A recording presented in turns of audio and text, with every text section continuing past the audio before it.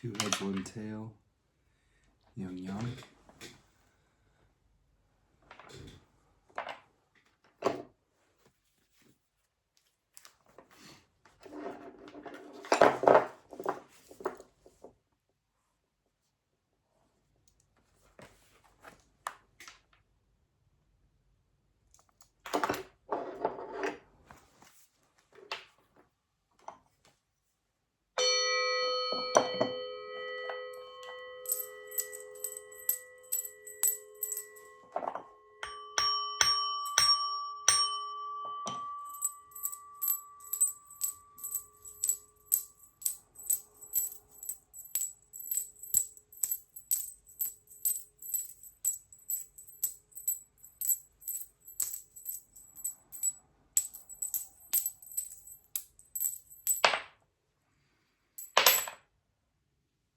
Two tails, one head, yin yang.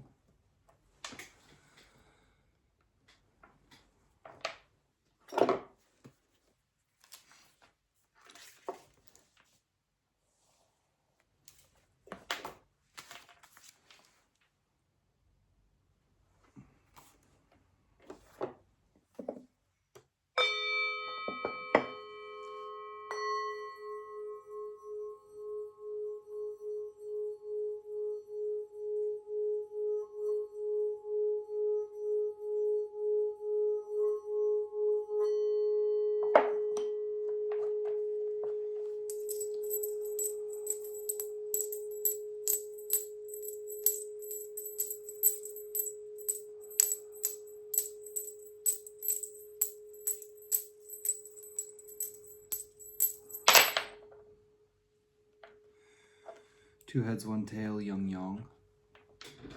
Yin, rather, yang yin.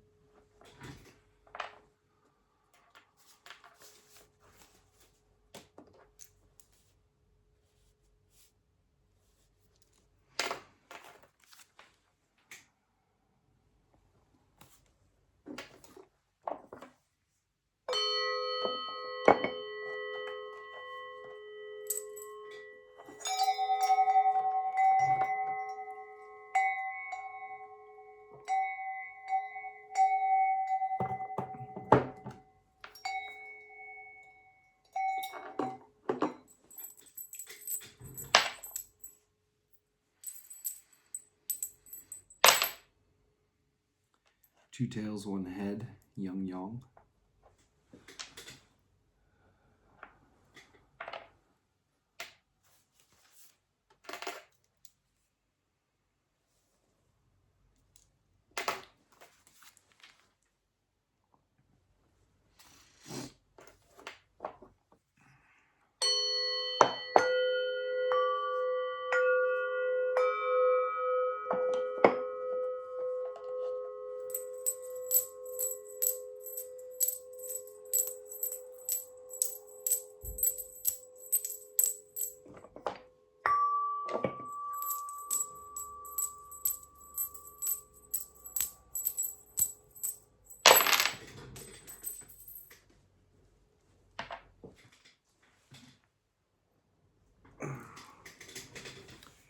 Two heads, one tail, Yang Yin.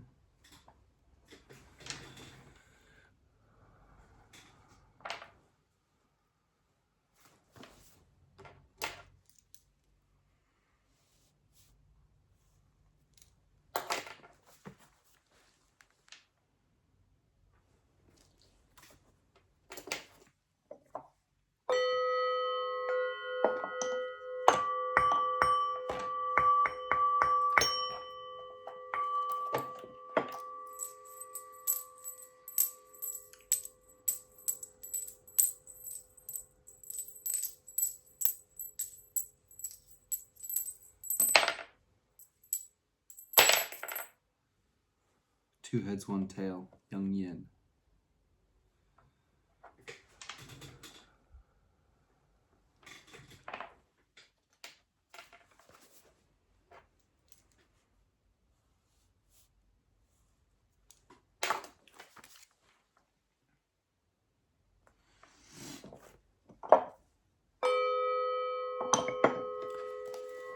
Got one hexagram, and it is read as broken, solid, broken. The bottom or inner trigram, rather, which is Kan water. Kan is deep water, flowing and formless.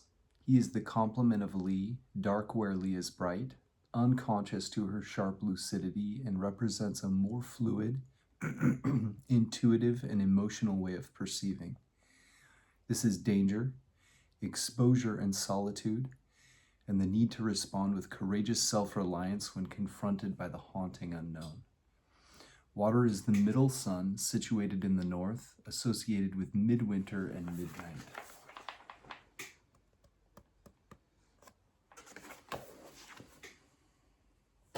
Our top or outer trigram will be read as solid, broken, broken. This is Zen thunder. Thunder is shock, upheaval, and the spark of the new. In old Chinese belief, thunder slept in the earth over winter and erupted from it in spring, awakening living things into new growth. Thunder is our basic drive for renewal. He inspires initiative and decisive action. He is the stimulus that sets things in motion. He is the eldest son in the trigram family, the first connection of heaven, potential, with earth, realization. Yang makes itself known here, emerging into the field and beginning to grow. Thunder belongs to the east and to spring.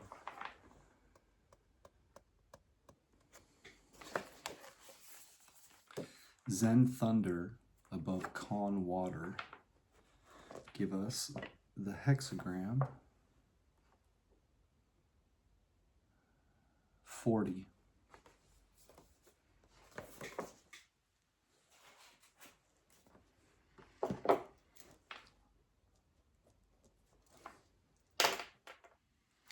I suppose while we're at it, we can just go ahead and get the secret hexagram, since we don't have a supporting hexagram. To get that, we'll look at the second, third, and fourth, and the third, fourth, and fifth.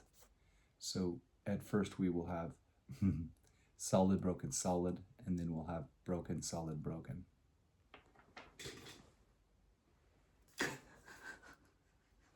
That's completion. That's the 63rd hexagram.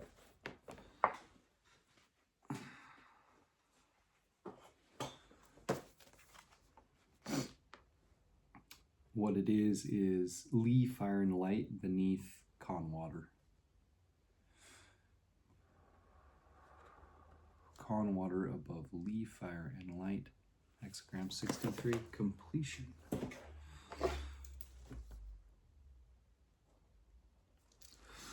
But we will look at our hexagrams from Julian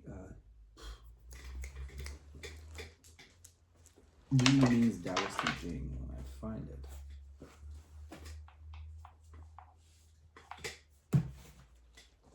We shall see. Here we go. Probably could have organized this first. All right. Louis Ming was a Taoist adept who wrote this in 1796. It's quite alchemical in nature. Hexagram 40, Louis Ming calls, we'll get there, liberation. Taking advantage of the appropriate time to liberate positive primordial energy from the influence of negative conditioned energy. Sounds about right.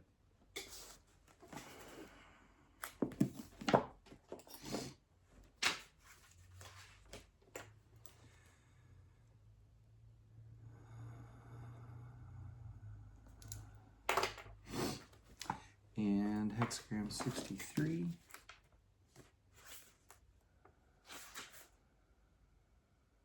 Settled. Mutual completion of yin and yang, forestalling danger to stabilize attainment.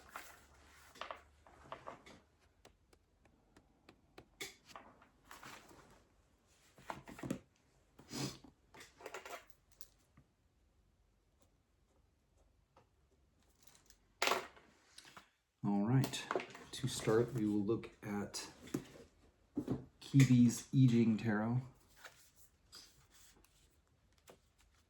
Why don't we look at both cards? I don't normally look at the card for secret hexagram, but I'm curious. 40, liberation.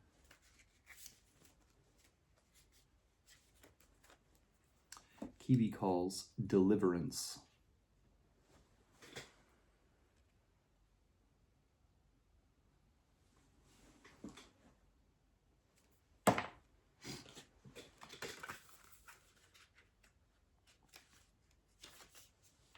Deliverance, solve, depart, thunderstorm, spring. Difficult problems are solved. The severity will gradually ease. Accept guidance obediently and choose people to be involved with.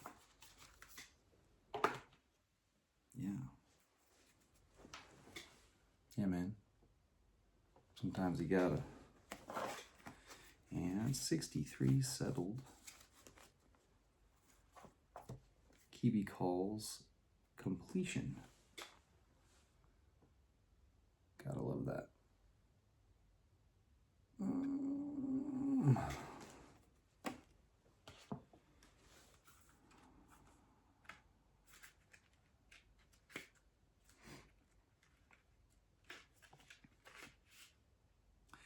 Completion, a state in which everything is in order.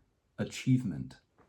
Since the current situation is already complete, no major progress or development can be expected. Things that are good at first become chaotic as time passes. And this is our secret hexagram, which is the hidden influence behind the situation. All right, now we will look at Hilary Barrett's I Ching, Walking Your Path, Creating Your Future. It's a nice introductory I Ching commentary, if I do say so myself. Hexagram 40, our primary hexagram. Liberation. Hilary Barrett calls release. When we approach the I Ching to consult the oracle, the question we bring to it will always have the general context of how can I act in relation to, in harmony with the forces or spirits behind this moment of time. Something like that. Key questions. If nothing could bind you, where would you go? Do you have to? Who says? Which path leads to where you want to be? Oracle.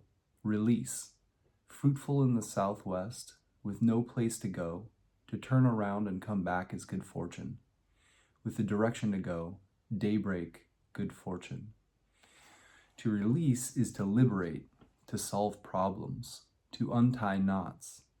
The first step towards release is a move southwest, no longer battling on to pursue the mission, but going back to your roots and reconnecting with home and allies. When you know where you're coming from, it becomes a lot clearer, a lot easier to be clear about where you're going. If your path has no real destination, turn back. If it has purpose, start your journey as early as you can. If you have no good reason to continue on as before, come back to your starting point and let that cycle reach its end. If you have a goal in mind, why not start exploring ways to attain it right away? This would be such simple advice if only we didn't spend our lives being pulled down paths that lead nowhere, as if by invisible strings. Image. Thunder and rain do their work. Release. A noble one pardons transgressions and forgives crimes. Imagine the air after a thunderstorm. Clean, clear, all the tension released. Humans do the work of thunder and rain through forgiveness. Just as in the Trigrams, thunder comes forth from an inner trigram representing rain and flowing water, so action can spring from fluidity rather than from a rigid stance. Think of a master of Tai Chi in motion or a springing cat. Forgiveness frees us from the bonds of inevitability.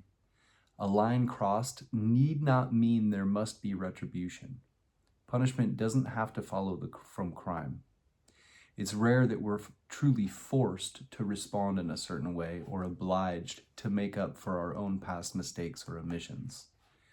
Sequence. Release follows from Hexagram 39, limping. Things cannot end with hardship, and so release follows. Release means letting things take their time. There comes a time when there has been enough struggle. Release means ending the battle with the world and starting to reconnect with its natural flow.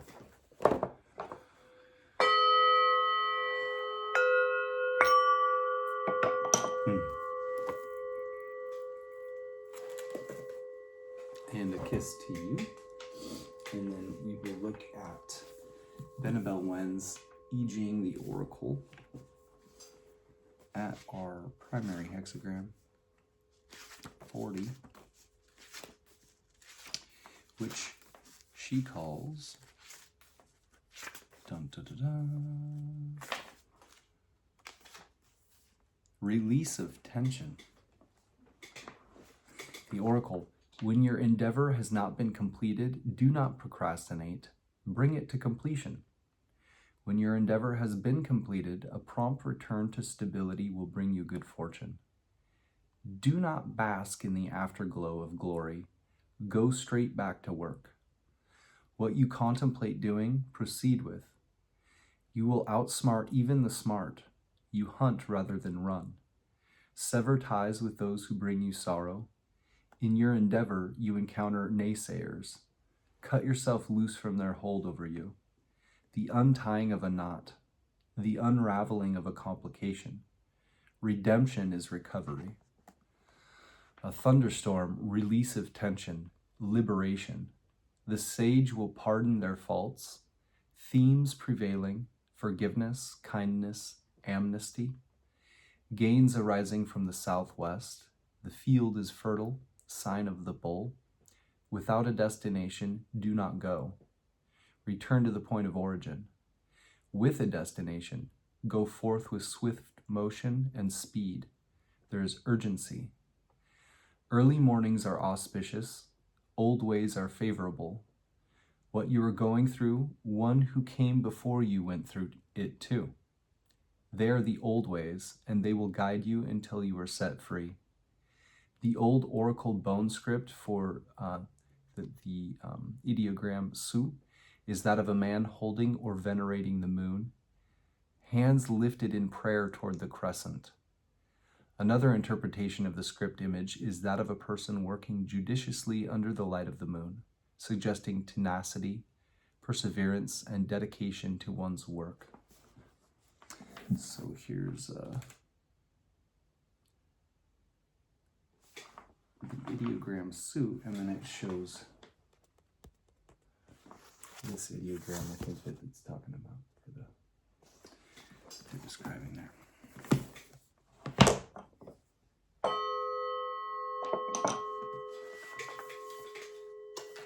All right.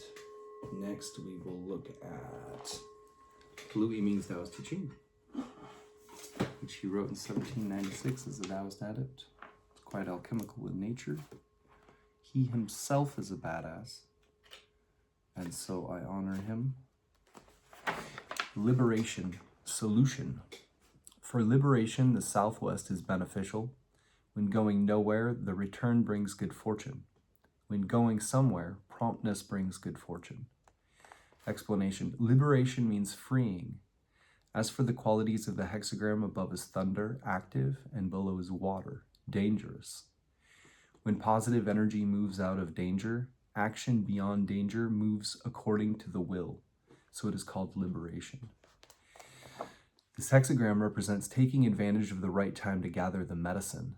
It follows on the previous hexagram, disharmony. Disharmony means yin and yang are not in harmony.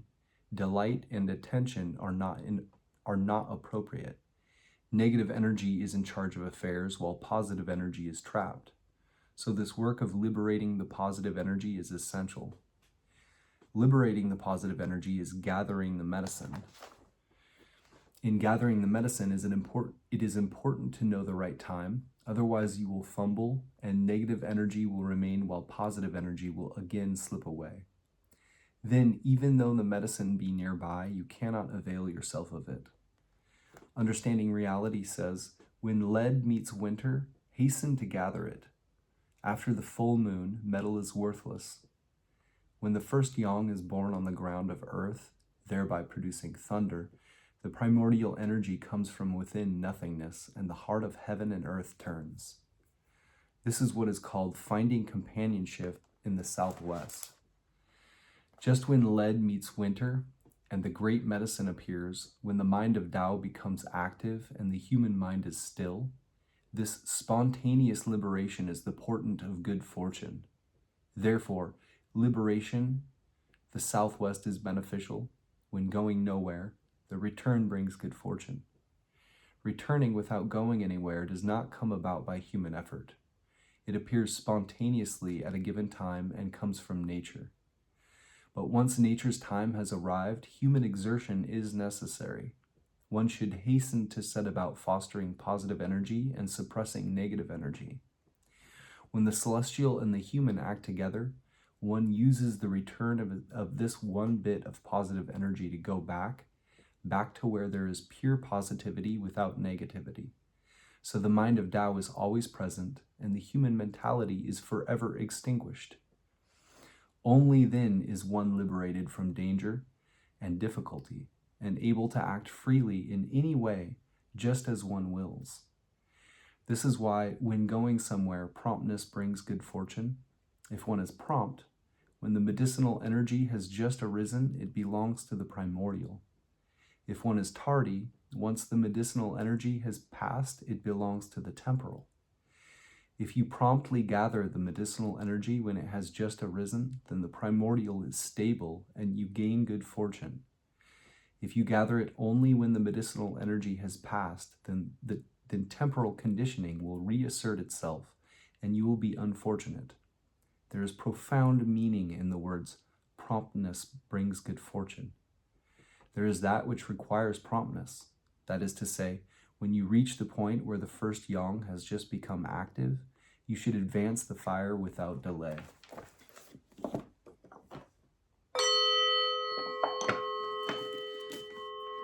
Next, we'll look at the commentary section for Hexagram 40, Liberation, which can be a little bit more alchemical.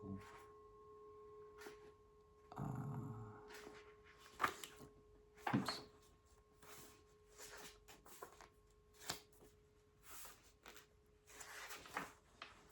Dissolution. Thunder above, water below. Hexagram 40.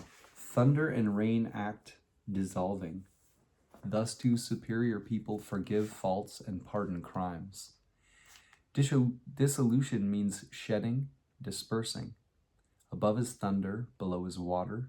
Thunder rolls, rain falls. Thunder and rain both act, and the celestial and earthly energies commune. This is the image of dissolution. What superior people see in this is that when the force of mundanity is congealed and stagnant, practitioners of the Tao should use intense effort to burn it away. Then when the celestial energy has returned, they should use gentle effort to nurture it.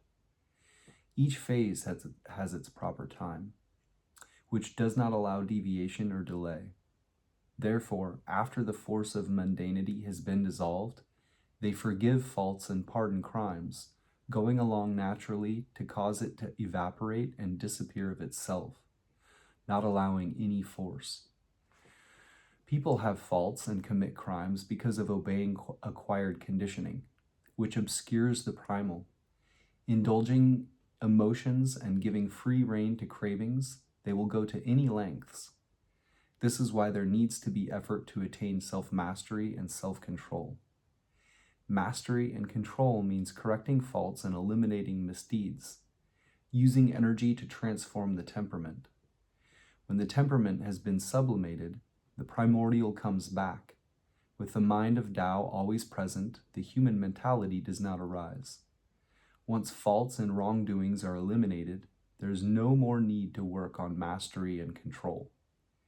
To forgive means to forgive past faults. To pardon means to pardon past misdeeds. Forgiving and pardoning, sane energy grows strong and aberrant energy spontaneously disappears. The real remains and the false does not come. Otherwise, if one does not know when to stop at sufficiency and still keeps thinking about misdeeds and faults, after all, this is doing things with the human mentality, which again calls on faults and errors after they had been eliminated. What had been dissolved now does not dissolve. The danger of mundanity still remains, and celestial energy is not pure. This is what is meant by the saying, to try to eliminate errant thoughts doubles the affliction. To aim for reality as it is also is a mistake.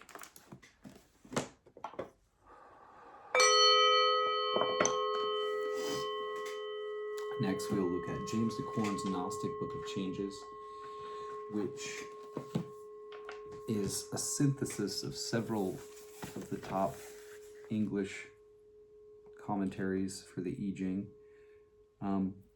He is a practitioner of the Tao himself, and he has left helpful editor's notes and paraphrases and a summation at the end of the whole hexagram.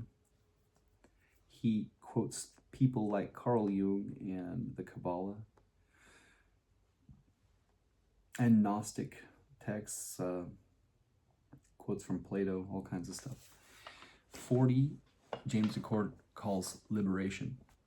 Other titles: deliverance, the symbol of loosening, release, eliminating obstacles, taking apart, untangled, solution, dissolution, relief, unloose, release of tension.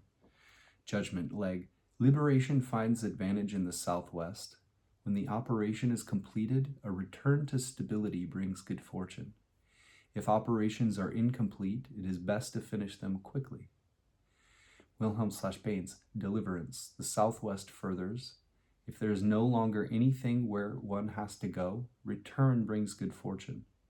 If there is still something where one has to go, hastening brings good fortune. Blofeld, release. The west and south are favorable. Those with nothing to gain from going forward will find good fortune by turning back. Those who do have much to gain from going forward must hasten to be sure of doing well. This is not a time to stay where we are. If we have no good reason to advance, it is best to retreat. Liberation. The southwest benefits. If there is nothing for one where one has to go, then returning brings good fortune. If there is something in a place where one can go, then going quickly leads to good fortune. Ritzimo/Karcher, taking apart, harvesting, western south, without a place to go, one's coming return significant, possessing directed going, daybreak significant. This hexagram describes your situation in terms of reflection and release from tension.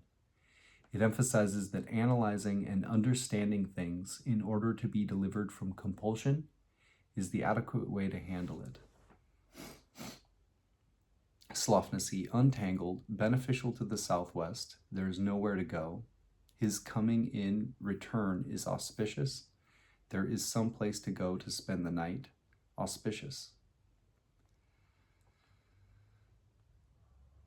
Wu, relief indicates advantage in the southwest. If he undertakes to do something without a cause, it will be auspicious for him to return to his former station.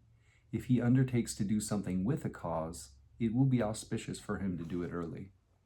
The image, leg, liberation shows a thunderstorm clearing the atmosphere. The superior man, in accordance with this, forgives errors and deals gently with crimes. Wilhelm/Baines, thunder and rain set in, the image of deliverance. Thus, the superior man pardons mistakes and forgives misdeeds. Blofeld, this hexagram symbolizes thunder and rain bringing release. The superior man tends to forgive wrongs and deals leniently with crimes. The component trigrams suggest that a certain amount of forceful action is required.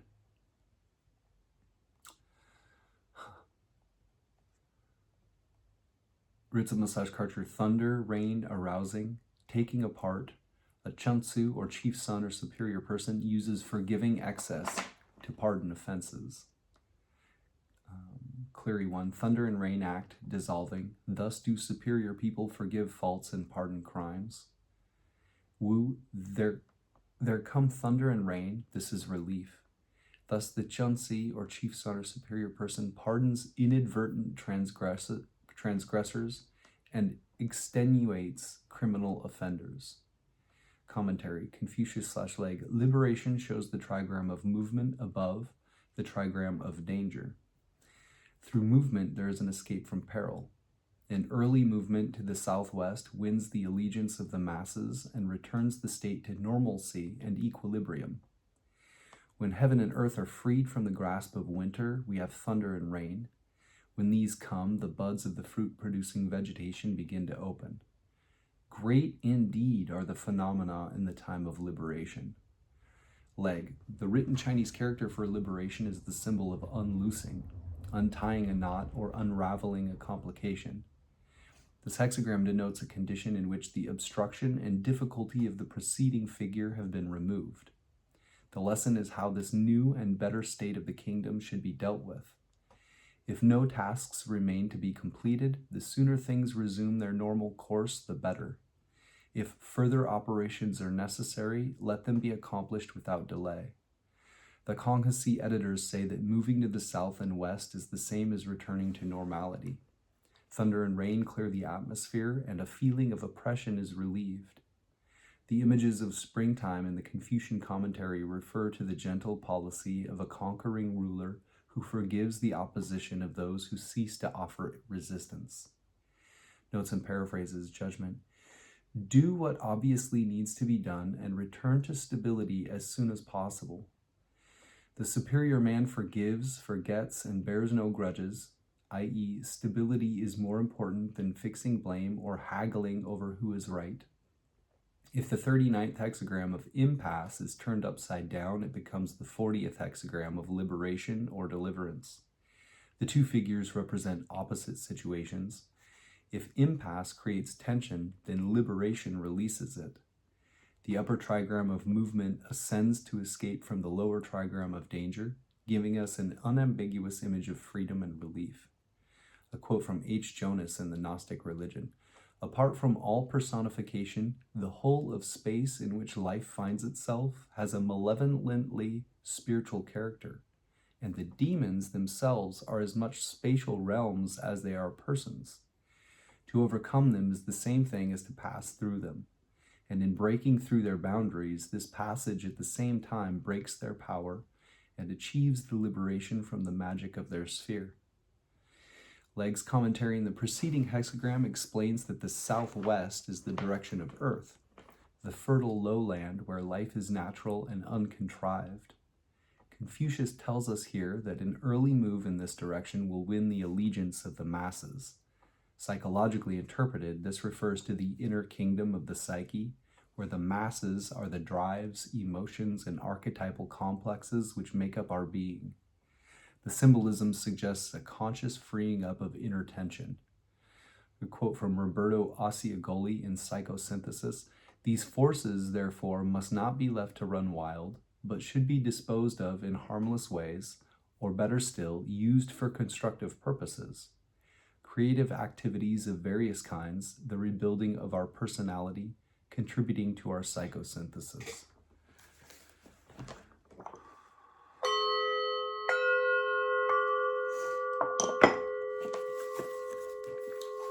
Next, we will look at our secret hexagram, which I've never read yet, in Benabel Wen's I Ching The Oracle.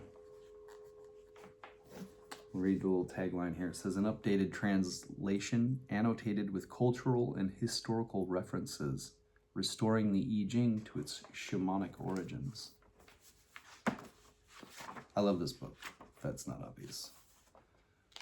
It is good. All right, 63, our secret hexagram, which is the hidden influence behind the situation. It's called After the Ending. The Oracle anticipates pitfalls before advancing. How might your actions affect others? A noble leader puts the people's welfare before self-interests. You have done what you have done. The matter now is what happens next. It is the time after an ending and at the start of a new beginning. Call upon the illustrious ancestor. When it comes to receiving favor from the divine, the extravagance of your offerings does not matter. The sincerity of your heart and piety matter more. An auspicious omen for minor affairs, gains to be had.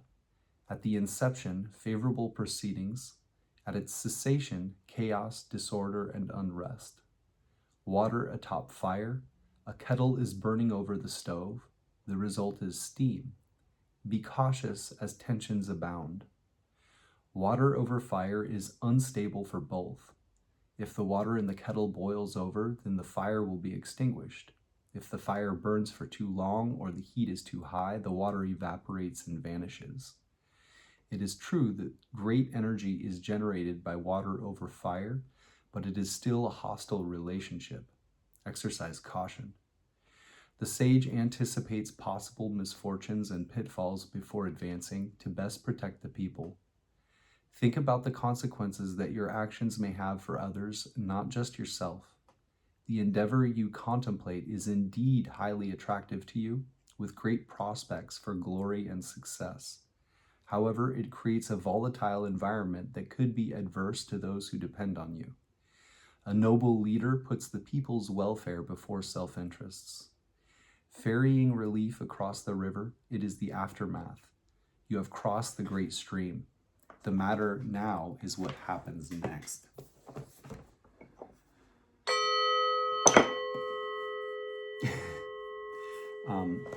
So the 1111 portal dealie, right?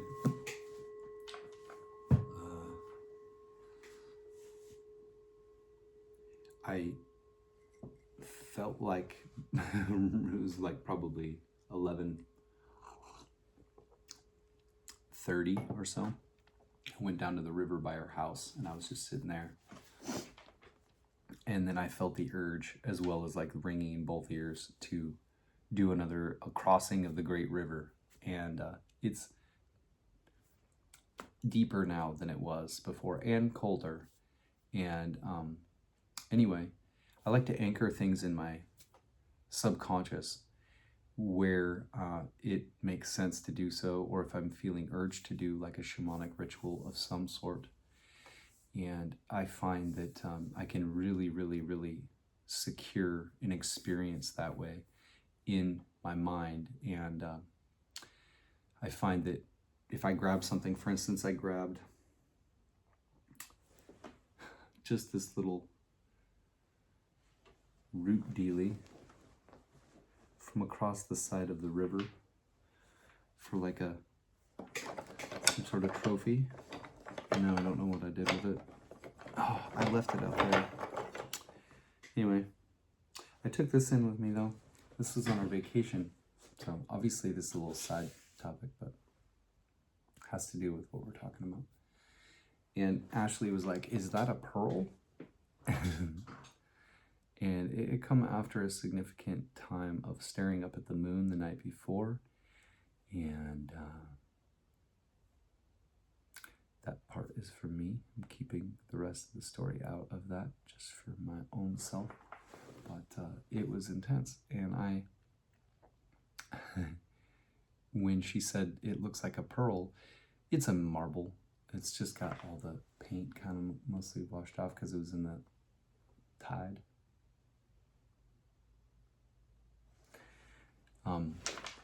The idea of the jewel. The sage wears rough clothing and holds the jewel in his heart. That's one of the chapters, I believe, or a saying out of the Tao Te Ching. And then there was an Indian, somebody had the idea of the blue pearl. So, like, holding this makes my ears ring, and the symbol of it makes my ears ring. And I took it in with me when I crossed the great stream. So it has significance. We're going to get a randomly card drawn chapter from the Tao Te Ching while we sum up the reading. 40, liberation, is calm water, which is the deep subconscious. It's flowing and formless, and could represent danger, self-reliance, and the need to protect yourself from the haunting unknown, I think is what it says. And above is thunder, Zen thunder.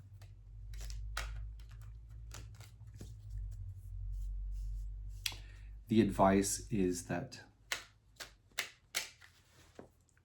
if you have a goal or destination in mind, it's good to get right to work in that direction and get to a state of normalcy as soon as possible,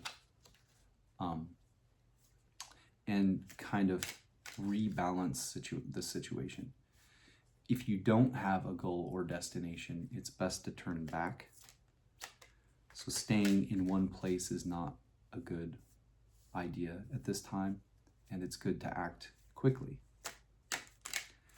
I think the idea here is the sense that there's been a liberation, and what was pent up and held back or was blocked is finally been released, and it's good to, as quickly as possible, resettle things so that that is not unbalanced in the opposite direction, potentially. It's also good to forgive minor misdeeds and offenses, and not to squabble over petty matters, but to kind of release the tension and get to a state of normalcy. It's basically like the liberation from one kingdom to a new kingdom, that kind of idea, and that really under the order of the new kingdom,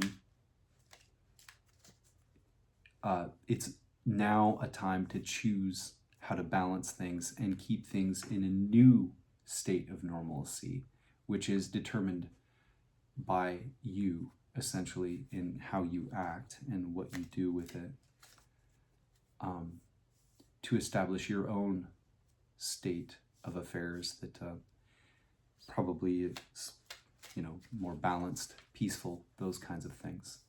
And to not just, react to anything that transpired before that liberation occurred. Our secret hexagram, which is the hidden influence behind the situation, is 63, completion. That is such a good one. I do not want to get too far without actually reading it from another commentary. Let's read it from Hilary Barrett. And I think we'll at least read it from I-ming, and then maybe a little bit from James Ducorn.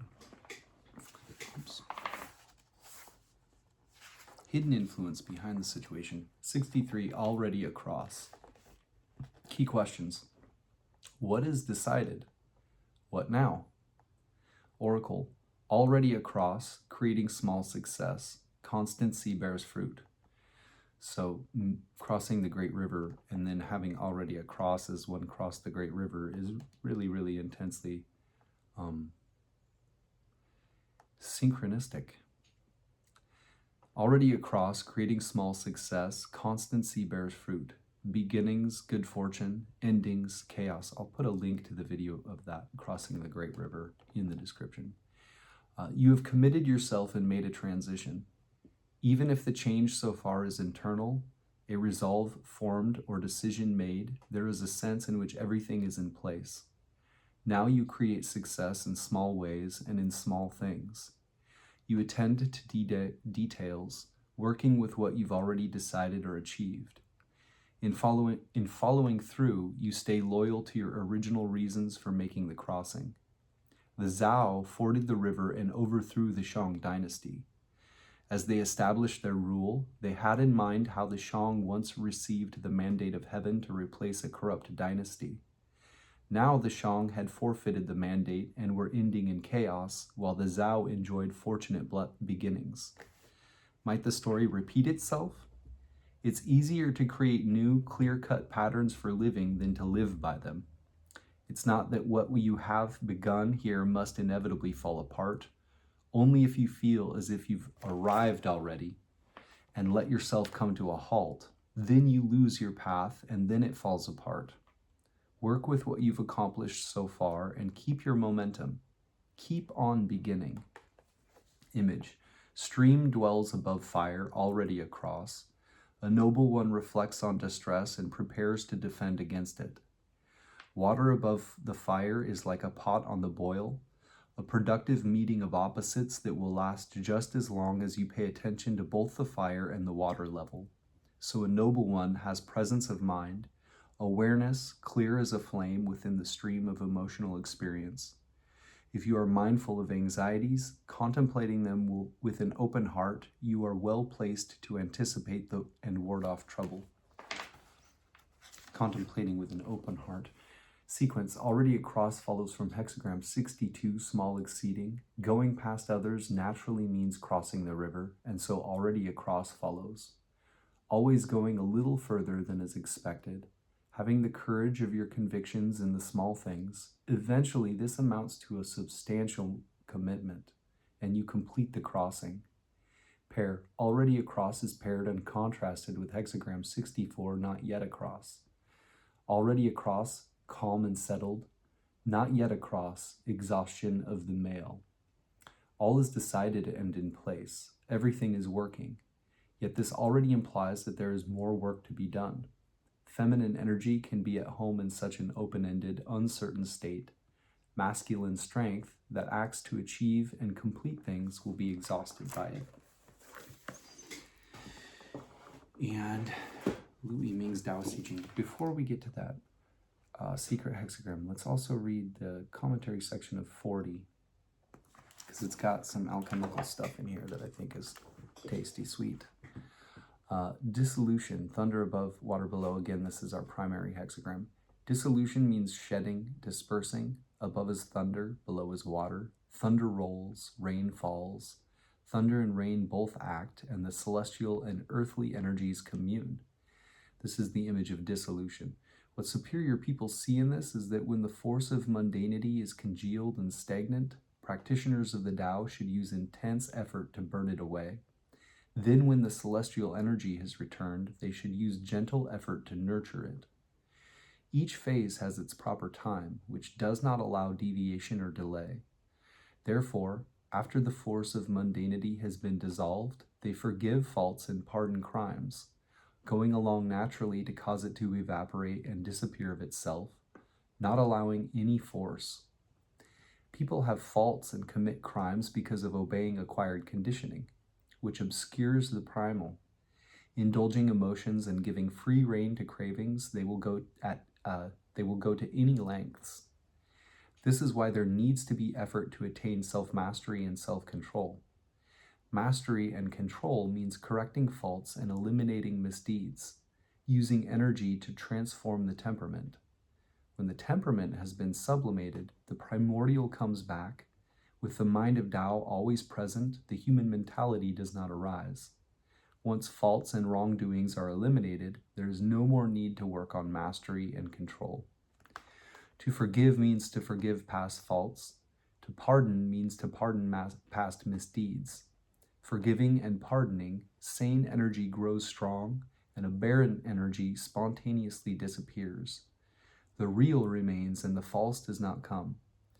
Otherwise, if one does not know when to stop at sufficiency and still keeps thinking about misdeeds and faults, after all this is doing things with the human mentality, which again calls on faults and errors after they had been eliminated. What had been dissolved now does not dissolve. The danger of mundanity still remains, and celestial energy is not pure.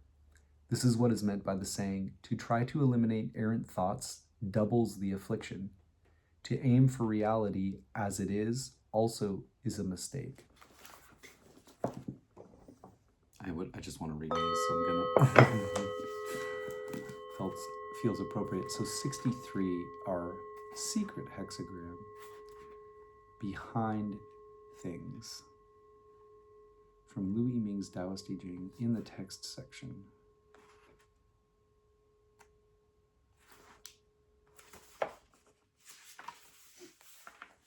Settled. Settlement is developmental, but it is minimized. It is beneficial to be correct.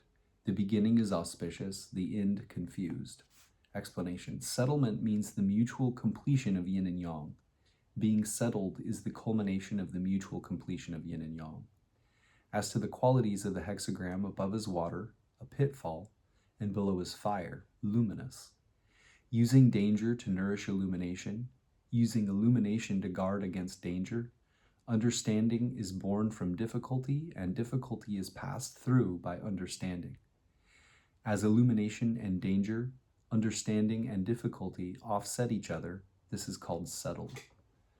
This hexagram represents forestalling danger, foreseeing perils, and stably completing the basis of the elixir. It follows on the preceding hexagram, faithfulness in the center. Faithfulness in the center involves joyful, harmonious praxis leading to deep attainment of self-realization, so that any incompleteness of yin and yang can be settled.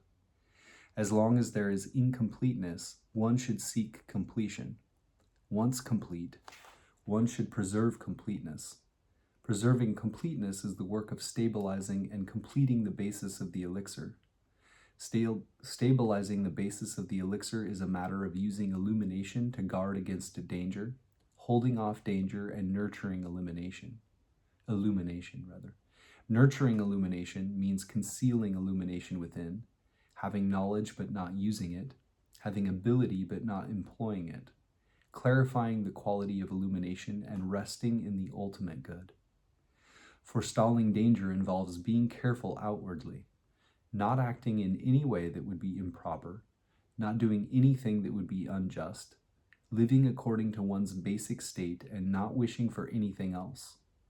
Once one can nurture illumination inwardly, one can also ward off danger outwardly. Illumination has nourishment and is not damaged.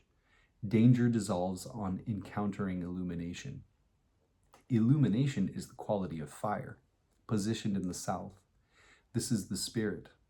Danger is the quality of water, positioned in the north. This is vitality. When the spirit is prone to activity, fire flames up, Using vitality to nurture the spirit, fire is treated with water and irritation vanishes.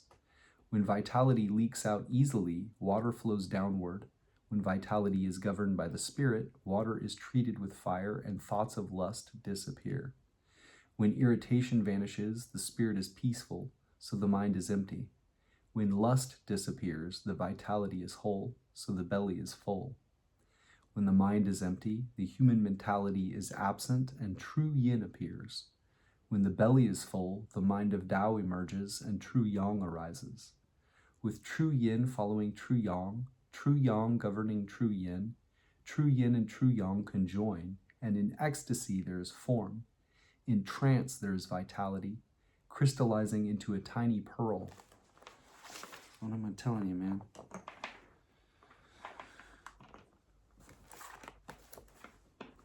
Swallow this, and it will extend life infinitely.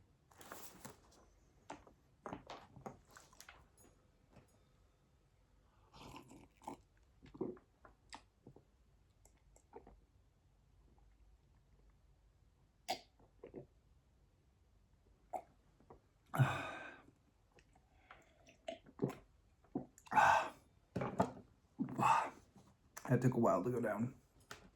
All right. Symbolism complete. That's what I mean by rituals. I've also swallowed I don't recommend anybody to swallow random shit, as I've done. But, you know, a piece of chalcedony was like a hexagonal shape or something that was symbolistic at one time. Symbolic. So it is that settlement is certainly developmental, but once yin and yang are complete, illumination is vigorous, and when illumination is vigorous, it is easy to presume upon illumination and act arbitrarily. Unless one is very careful, one is likely to slip, and illumination, having culminated, will turn to darkness. The mind of Tao again obscured, the human mentality again arises, and in the middle of settlement and completion, there is unsettling and incompleteness. This is the minimization of the development of settlement. Generally speaking, as long as things are unsettled, most people are careful and conscientious, using lucidity to prevent danger. Once things are settled, people relax, thereby endangering themselves, obscuring lucidity, and inviting peril. So when the development is small and not great, and what is gained is again lost, it is all for this reason. Therefore, the developmental aspect of settlement is only beneficial if correctness is preserved. Correctly nurturing illumination, correctly preventing danger, naturally clarity will not be damaged and danger will not arise. But using illumination to forestall hazards is primarily beneficial in the beginning of settlement. The beginning is auspicious, the end is confused. That the beginning is auspicious means if one nurtures illumination early on, even if there is danger, there is no peril. That the end is confused means that if you use clarity excessively, you invite danger where there is none. It is all this one clarity, all this one danger. If you can nurture clarity, there is no danger. If you use the clarity too much, there is danger. So practitioners of Tao should prevent the danger early on in the beginning of settlement. And then also the commentary section for settlement. Settled. Water above, fire below. Water is above fire, settled. Thus, superior people consider problems and prevent them. Settled means a matter is already settled. Above is water, below is fire. The water is above fire. Water is cold, fire is hot. When water is heated by fire, its coldness vanishes, and when fire is controlled by water, its heat stops. Water and fire in the same place is the image of being settled. What superior people see in this is that practitioners of the Tao invert the earthly and the celestial, taking the celestial element wrapped up in the earthly, represented by the yang in the center of water, and fill in the earthly element mixed in with the celestial, represented by the yin in the center of the fire. The earthly vitality transforms and the true vitality is born. The conditioned spirit dies out and the original spirit remains. Using the vitality to nurture the spirit, using the spirit to concentrate the vitality and spirit cling to each other and congeal inseparably, returning to the original, going back to the fundamental. That which was unsettled is now settled. But returning to the original and going back to the fundamental just completes the preliminary stage of work. If one does not use the natural fire of reality to forge this attainment into reality, when settlement culminates, it will become unsettled again, and the work that has been done hitherto will all go to waste. Therefore, superior people consider problems and prevent them beforehand. Problems means the problems of the earthly and the celestial not being settled. At the moment of settlement, the true earthly and the true celestial are united, invulnerable to external influences. However, even though invulnerable to external influences, the acquired energy of conditioning in the person has still not disappeared. So if one does not know how to purify oneself and gently nurture the spiritual essence, thereby to prevent acquired energies from acting up in moments of carelessness, there will surely be problems later on. Considering the existence of problems and preventing them beforehand, applying the work of increasing spiritual awareness while decreasing mundane conditioning, rooting out the accretions that have accumulated in the mental faculties through personal history, mundanity will end and the celestial will become pure and incorruptible. Finally, when you break through space, that is comprehensive attainment. Until you reach the stage of breaking through space, there will still be problems. Therefore, practitioners of the Tao must consider that the state of great repose comes only upon breaking through space and freeing the real body.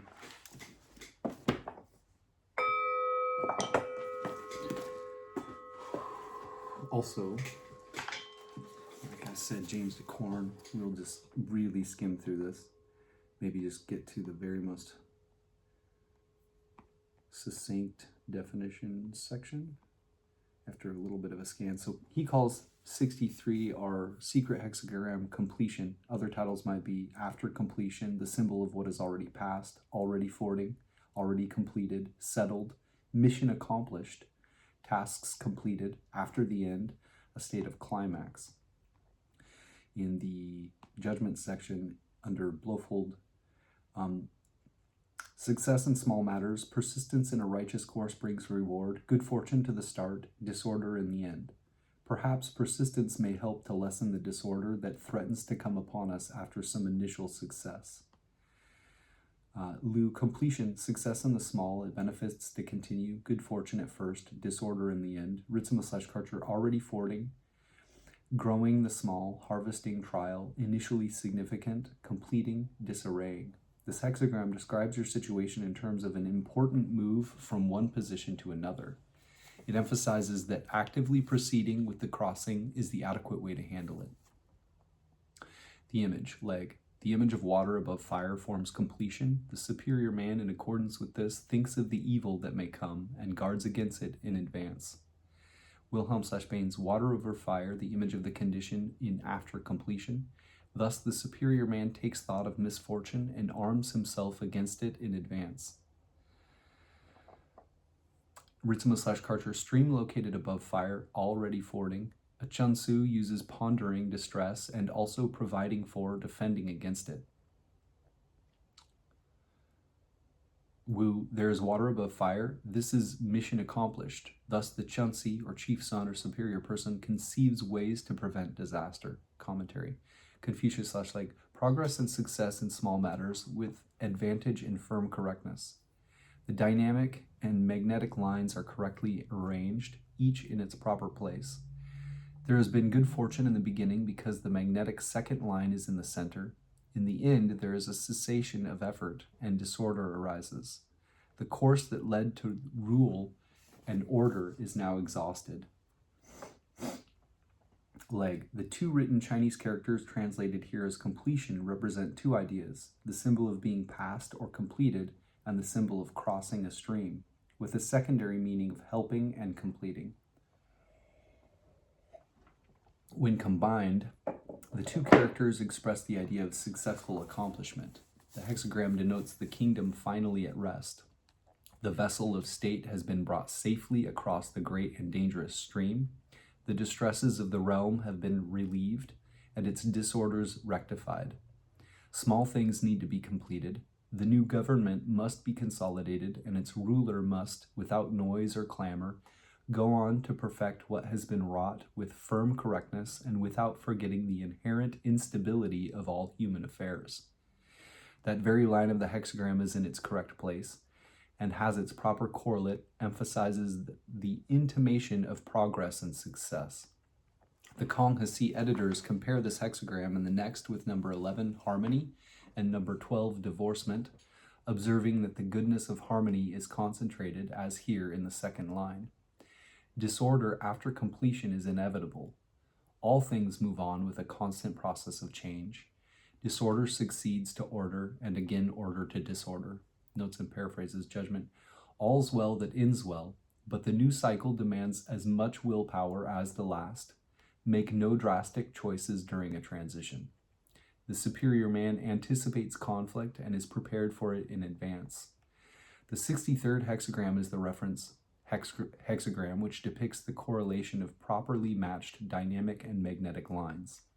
On the basis of this figure, all of the other hexagrams, except the first and second, which are their parents, are compared. Yet, despite the fact that every line is in its proper place, not one of them has an easy auspice, and both the judgment and image are subdued and cautionary. The general idea is that as long as we draw breath in this space-time dimension, our lives and work are incomplete. Cycles complete themselves, certainly, but completion in that sense is the completion of the full moon, which as soon as it reaches maximum brilliance, immediately begins to wane. Among those engaged in psycho-spiritual work, there is a great deal of energy focused on enlightenment, and the natural desire of each aspirant to attain that state of consciousness as soon as possible. Many there are who wander from one conception of the work to another in the hope that this particular discipline or that particular guru will provide the transcendent answer that the last one didn't. This is a very deceptive illusion because the chances that any given individual will attain perfect enlightenment in any given lifetime are probably minuscule to the point of insignificance. How many truly enlightened beings have you ever met in your life? A quote from Jung's Psychology of the Transference. But the first signs of this symbolism are far from indicating that unity has been attained. Just as alchemy has a great many procedures ranging from the work of one day to the errant quest lasting for decades, so the tensions between the psychic pair of opposites ease off only gradually. And like the alchemical end product, which always betrays its essential duality, the united personality will never quite lose the painful sense of innate discord. Complete redemption from the sufferings of this world is and must remain an illusion. The goal is important only as an idea. The essential thing is the opus which leads to the goal, that is, the goal of a lifetime. In its attainment, left and right are united, and the conscious and unconscious work in harmony. It's like the left and right hemispheres of the brain, like been talking about the Bicameral Mind theory by Julian Jaynes. I'd highly recommend looking into that. The work is a slow, organic process of transforming unconscious forces which demands almost superhuman levels of discipline to accomplish. I'll put some links to the bicameral mind theory of me describing it in the description box below as well. One can make a great deal of progress in one lifetime, but the work cannot be said to be complete until physical death completes it. At that point, assuming the ego has acquired enough strength of will, perhaps one can facilitate a permanent synthesis of the forces one has spent a lifetime in training. Death is the doorway back to our source, and if we enter that doorway consciously and correctly, we can consolidate a great deal of power which will serve us well in the next cycle, in whatever dimension that cycle may take place. A quote from F. Hartman in Paracelsus, Life and Prophecies. It is even doubtful whether a man can arrive at the summit of all perfection as long as he lives in an imperfect physical form. Because the imperfections of the form hamper the spirit, and only a spirit that has outgrown the necessity to live in a physical form may be said to have arrived at that high degree of perfection at which a perfect knowledge of self and consequently a perfect knowledge of the universe is obtained.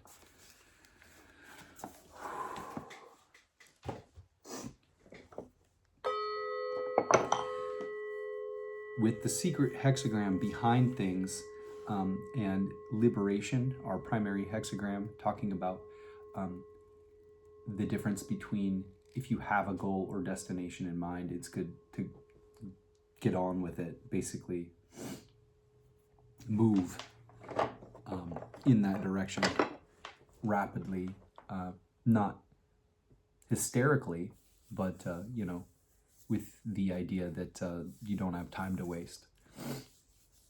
And the other idea might be that if you don't have a direction or goal in mind, then it's good to fall back or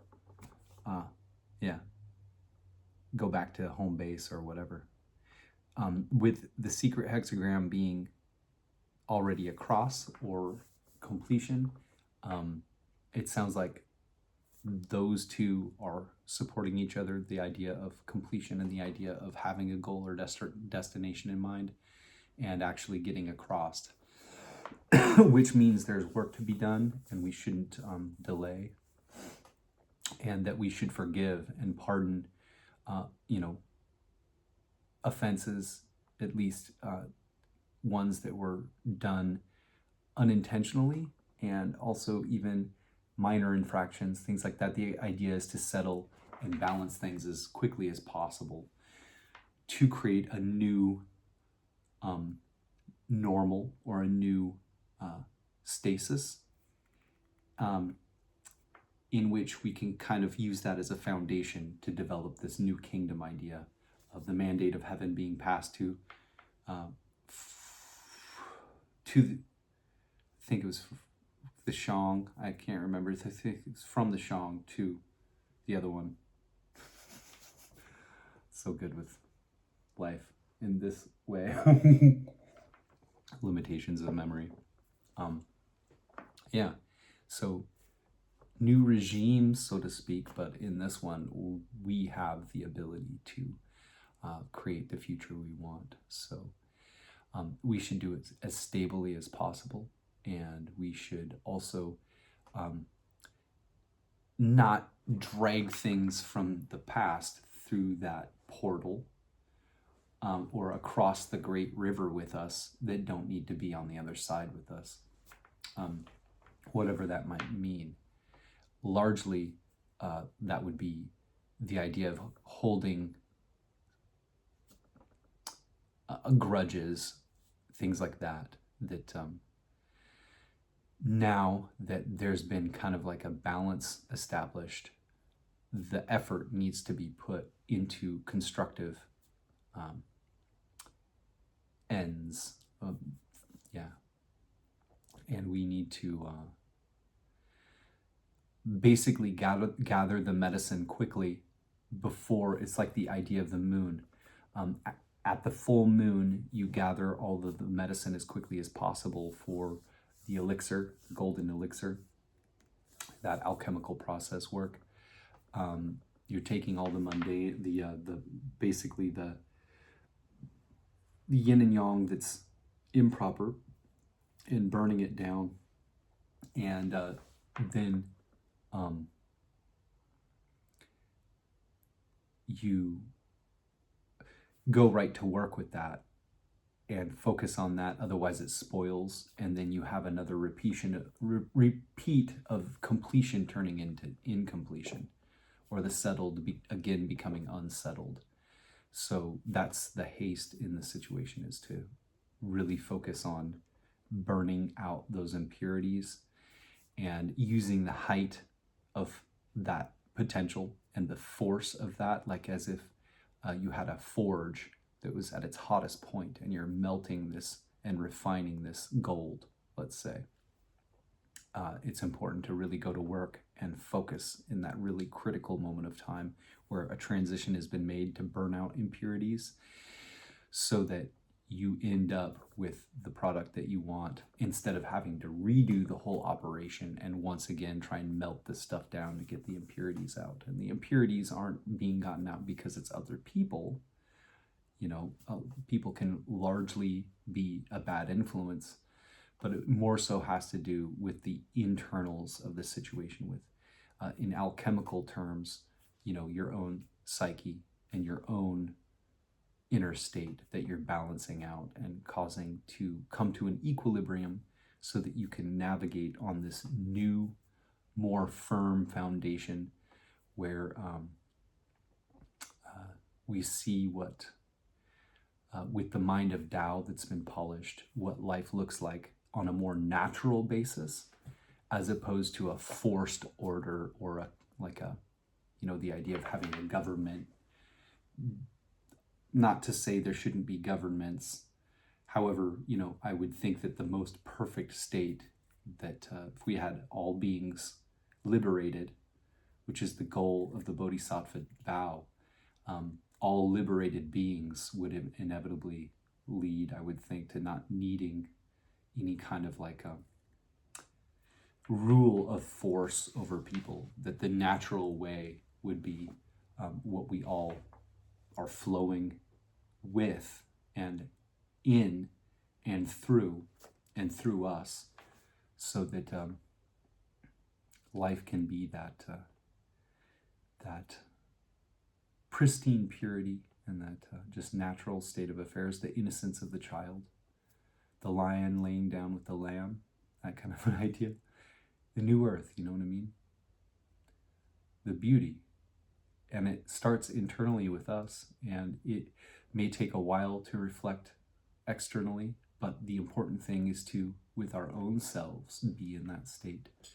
And then as the outer world transforms, that churning of the soil will give us something fruitful to work with, that we can, mixing all kind of metaphors here, but like have a nice fruitful field that we can start planting something new in, that we actually want, as opposed to just through reactions and acquired conditioning, planting the same old crop over and over and over again, just because it's the way that we're used to. It's like the idea of for so long being under a spell, and finally being broken out of that spell, and then having that choice to whether or not, for however long the spell has been active, just because that's what we're used to, you know, do we just mindlessly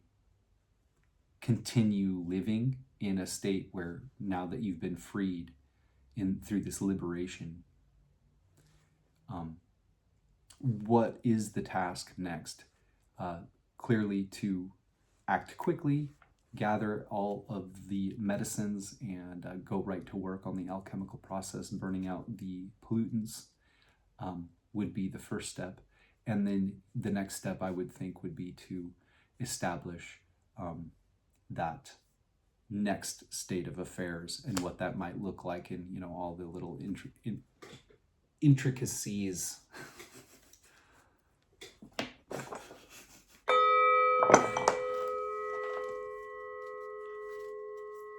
Good news. I like that news. I like it a lot. A lot of synchronicities along with it. I swallowed a marble. The pearl. It said to swallow the pearl. Obviously, I know that that's not what they're talking about, but symbolically, I hope that was at least helpful for, you know, y'all to see. It was difficult to swallow, man. All right. I'm gonna read chapter 68 out of the Tao Te Ching in both Jia Fujiang and Jing English, and Benjamin Hoff's The Eternal Tao Te Ching. Chapter 68. Not contending. A skilled manager of men is not warlike. A skilled fighter is not angry. One who is skilled at overcoming opposition does not become entangled with it. One who is skilled at utilizing others behaves as their inferior. Those principles are referred to as the virtue of not contending, making use of the strengths of others and matching heaven. They are the highest achievements of the ancients.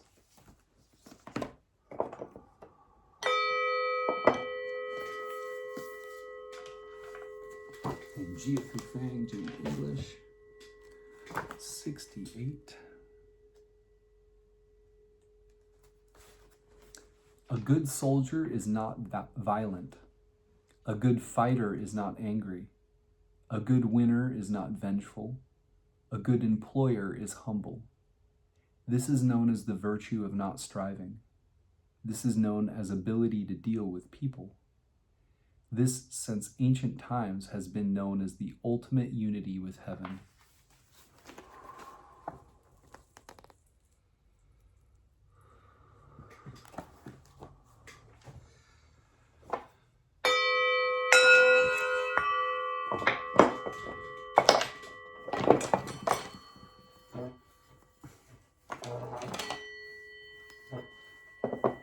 I got this really cool mushroom side glassy thing. Let's see if I can get you to see through it. Oh my god.